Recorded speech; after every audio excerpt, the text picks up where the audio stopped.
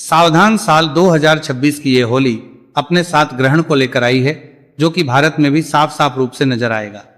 दोस्तों, आज की ये वीडियो बड़ी ही खास और महत्वपूर्ण, साथ ही में थोड़ा सावधान करने वाली भी है, क्योंकि साल 2026 यानी कि वो साल जब रंगों का महापर्व होली एक ऐतिहासिक खगोलीय घटना का गवाह बनने जा रहा है। आप सबने बिल्कुल ठीक सुना, इस बार होली के रंगों के साथ आसमान में एक अजीब सी हलचल भी देखने को मिलेगी। मैं बात होली के दिन लगने वाले चंद्र ग्रहण की। हमारे हिंदू धर्म में होली, दिवाली और रक्षाबंधन जैसे त्योहार बड़े ही पवित्र और बड़े ही धूमधाम से मनाए जाते हैं, लेकिन जब इन त्योहारों पर ग्रहण का साया पड़ जाए तो खुशी के साथ साथ एक डर और शंका भी मन में बैठ जाती है।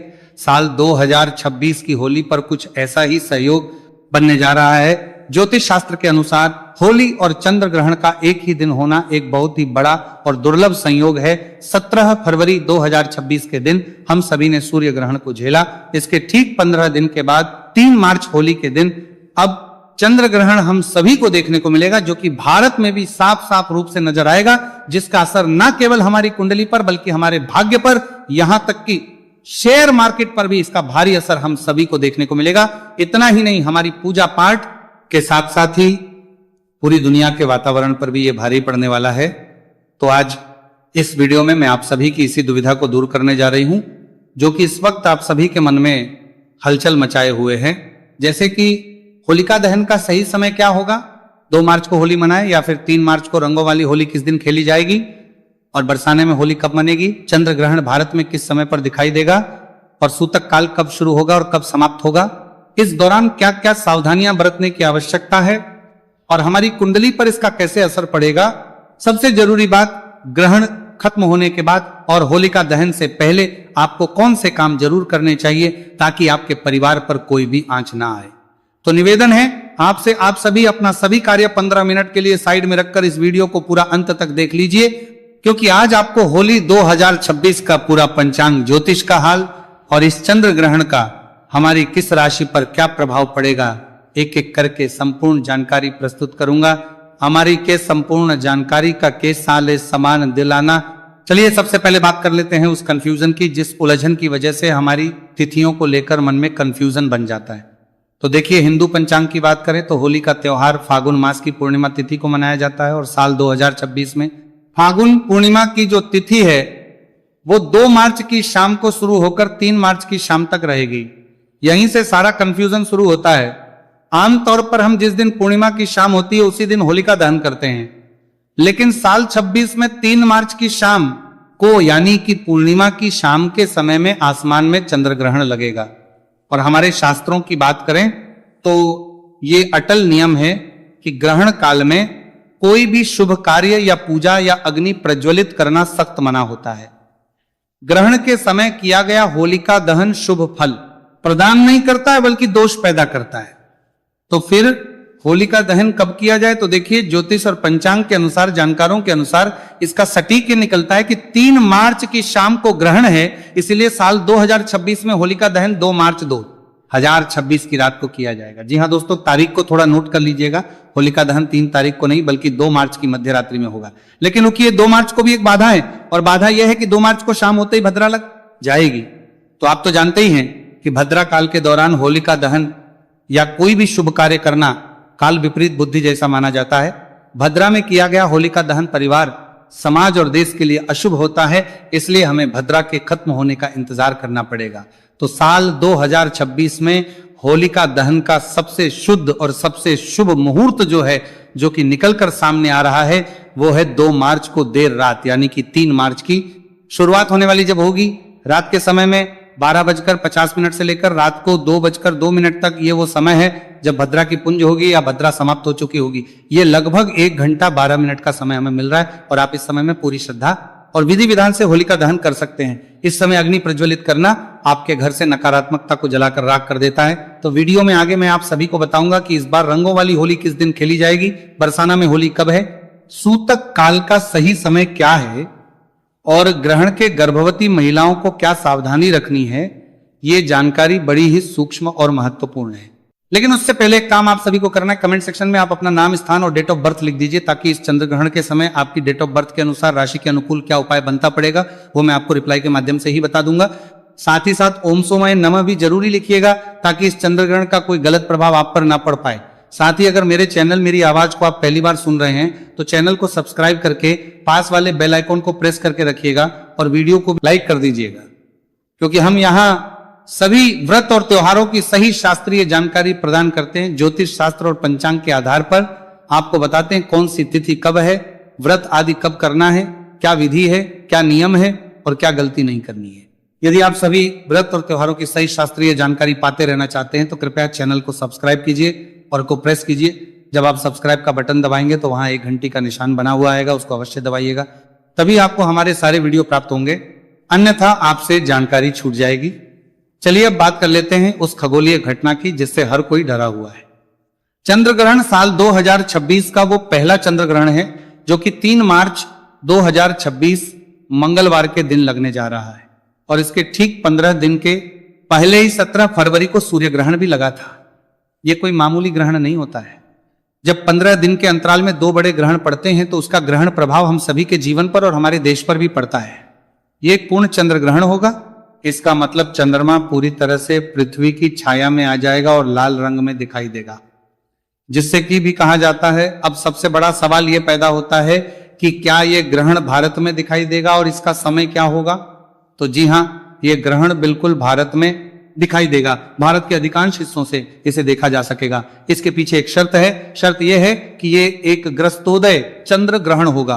ग्रस्तोदय का मतलब होता है जब शाम को भारत में चंद्रमा उग तो जाएगा, पहले से ही ग्रहण से ग्रस्त होगा, यानी कि हमें चंद्रमा साफ सुथरा नहीं बल्कि कटा हुआ या छाया से ढका हुआ उगता हुआ दिखाई देगा।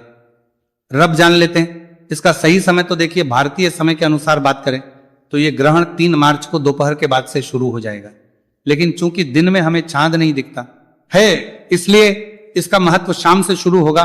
भारत में चंद्रोदय का समय अलग अलग शहरों में अलग अलग समय पर होता है, यानी कि लगभग 6 से 6:30 बजे के बीच होता है। जैसे ही शाम को लगभग 6:00 के आसपास पूरब दिशा में चांद निकलेगा, ग्रहण शुरू हो चुका होगा। यह ग्रहण शाम 6:47 पर समाप्त हो जाएगा, यानी कि इसका मोक्ष काल शाम 7 बजे से पहले ही हो जाएगा। भले ही यह ग्रहण भारत में शाम को केवल 20 से 25 मिनट के लिए ही दिखे, लेकिन शास्त्रों के अनुसार अगर ग्रहण आपके शहर में दिख रहा है तो इसका सूतक काल भी पूरी तरह से मान्य होगा। अब आते हैं सूतक काल के सही समय और सही जानकारी, तो बड़े ही ध्यान से सुनिएगा। देखिए, जब भी चंद्र ग्रहण लगता है सूतक काल पूरे 9 घंटे पहले से ही प्रारंभ हो जाता है, और जब सूर्य ग्रहण लगता है तो सूतक काल 12 घंटे पहले से प्रारंभ होता है। तो चंद्र ग्रहण 9 घंटे पहले प्रारंभ होगा। तो ग्रहण का जो स्पर्श काल है वो भारतीय समय के अनुसार बात करें तो दिन में ही हो जाएगा। इसलिए 3 मार्च को सुबह से ही सूतक के नियम लागू हो जाएंगे। सूतक काल का सही समय 3 मार्च को सुबह 9:00 से शुरू हो जाएगा और ये सूतक काल ग्रहण खत्म होने के साथ ही, यानी कि शाम 6:47 तक लगातार चलेगा। सूतक काल को अशुद्ध समय भी माना जाता है और इस दौरान वातावरण में नकारात्मक ऊर्जा बहुत ज्यादा होती है। तो आपको इस दौरान क्या करना है और क्या नहीं करना है, ये आप कहीं नोट कर लीजिए या फिर इस वीडियो को सेव कर लीजिए। देखिए, सबसे पहली बात, पूजा पाठ बिल्कुल ही वर्जित होती है जब भी ग्रहण लगता है। तो देखिए, 3 सुबह 9:30 से पहले आप सभी अपने घर में पूजा पाठ से निपट जाइएगा और इसके 3 सुबह 9 बाद में घर के मंदिर के जो कपाट हैं उन्हें बंद कर दीजिएगा या फिर पर्दा डाल दीजिएगा। भगवान की मूर्तियों का स्पर्श करना पूरी तरह से वर्जित होगा। और दूसरा, खाने पीने की जो भी चीजें हैं सूतक का लगने से पहले ही, यानी कि सुबह 9 बजे के आसपास ही खाने की सभी चीजों में, जैसे कि दूध, दही, पानी का मटका हो गया, या कोई खाने की ज्यादा चीज है तो उसमें भी तुलसी दर डालकर रखिएगा, डाल दीजिएगा। देखिए, वैज्ञानिक और धार्मिक दृष्टि से तुलसी में पारा यानी कि मर्क्यूरी होता है, जो कि ग्रहण की हानिकारक किरणों को भोजन में प्रवेश करने से रोकता है। तीसरा, इस दौरान आप किसी भी नुकीली चीजें जैसे कि सुई, कैंची, चाकू का इस्तेमाल बिल्कुल भी ना करें। सिलाई, कढ़ाई भी ना करें। बस मन ही मन में मंत्रों का जाप करते रहें या फिर धार्मिक पुस्तकें पढ़ें। जो भी गर्भवती महिलाएं हैं वो पूरे तरीके से अपने आप को में बंद कर ले ताकि कहीं से भी रोशनी ना पड़ सके। कोशिश करें कि ग्रहण काल के दौरान परिवार का कोई भी सदस्य घर से बाहर ना निकले और गर्भवती महिलाएं इस दौरान ना तो झुके, और कोशिश करें कि इस दौरान अपने पेट पर गेरू का लेप लगा लें या फिर गाय के शुद्ध गोबर का लेप भी आप लगा सकते हैं। और अब सबसे बड़ा सवाल जो कि हर किसी को परेशान करके रखता है कि रंगों वाली होली कब खेली जाएगी, यानी कि धुलंडी कब खेली जाएगी। तो देखिए, आमतौर हम होलिका दहन की अगली सुबह रंग खेलते हैं, तो इस हिसाब से तो हमने होलिका दहन 2 मार्च की रात को किया। इस हिसाब से 3 मार्च की सुबह हमें रंगों वाली होली खेलनी चाहिए। लेकिन यहां ज्योतिष आड़े आता है, 3 मार्च को सुबह से ही सूतक लग रहा है और शाम को ग्रहण है।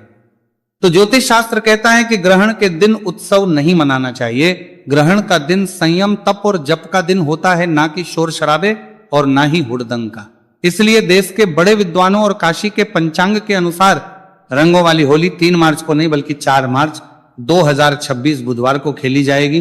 4 मार्च को ग्रहण का कोई साया नहीं होगा, पूर्णिमा तिथि खत्म हो चुकी होगी और चैत्र मास की प्रतिपदा तिथि यानी कि हिंदू नववर्ष की पहली सुबह की तरह होगी। वातावरण पूरी तरह से शुद्ध और सकारात्मक हो चुका होगा।